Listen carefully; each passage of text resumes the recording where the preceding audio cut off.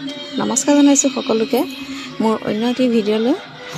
ৰাতিপুৱাতে মামা আৰু মানুহজনকে পানী আৰু তামোল পাণ দিব গ'লোঁ। খাওঁ বুলি ক'লে পুটুককৈ দিব গ'লোঁ। আমাৰ ঘৰৰ ওচৰৰে বাৰু, অলপমান গ'লে পায়।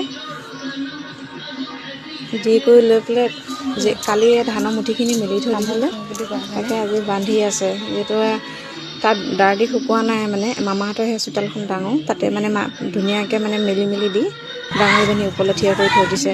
তাত মেলিলে আকৌ দাৰ দি আকৌ ৰেডি কৰি বহুত অসুবিধা হৈ যায়। সেইটো কাৰণে আনি একেবাৰে তাতে মেলি কৰি বান্ধি কৰি দিছে। ওচৰৰে ভণ্টি, তাকে মাতিলোঁ। মই ৰুটিখিনি মঠি কৰি দিলোঁ, তাইক ক'লোঁ বেলি দে বুলি। তাই বেলি কৰি দিলে। এইফালে আনফালে মই বনোৱাত লাগিলোঁ। আনফালে হৈছে বনাই কৰি আকৌ মায়ে গ'ল চাহ দিবলৈ পথাৰলৈ।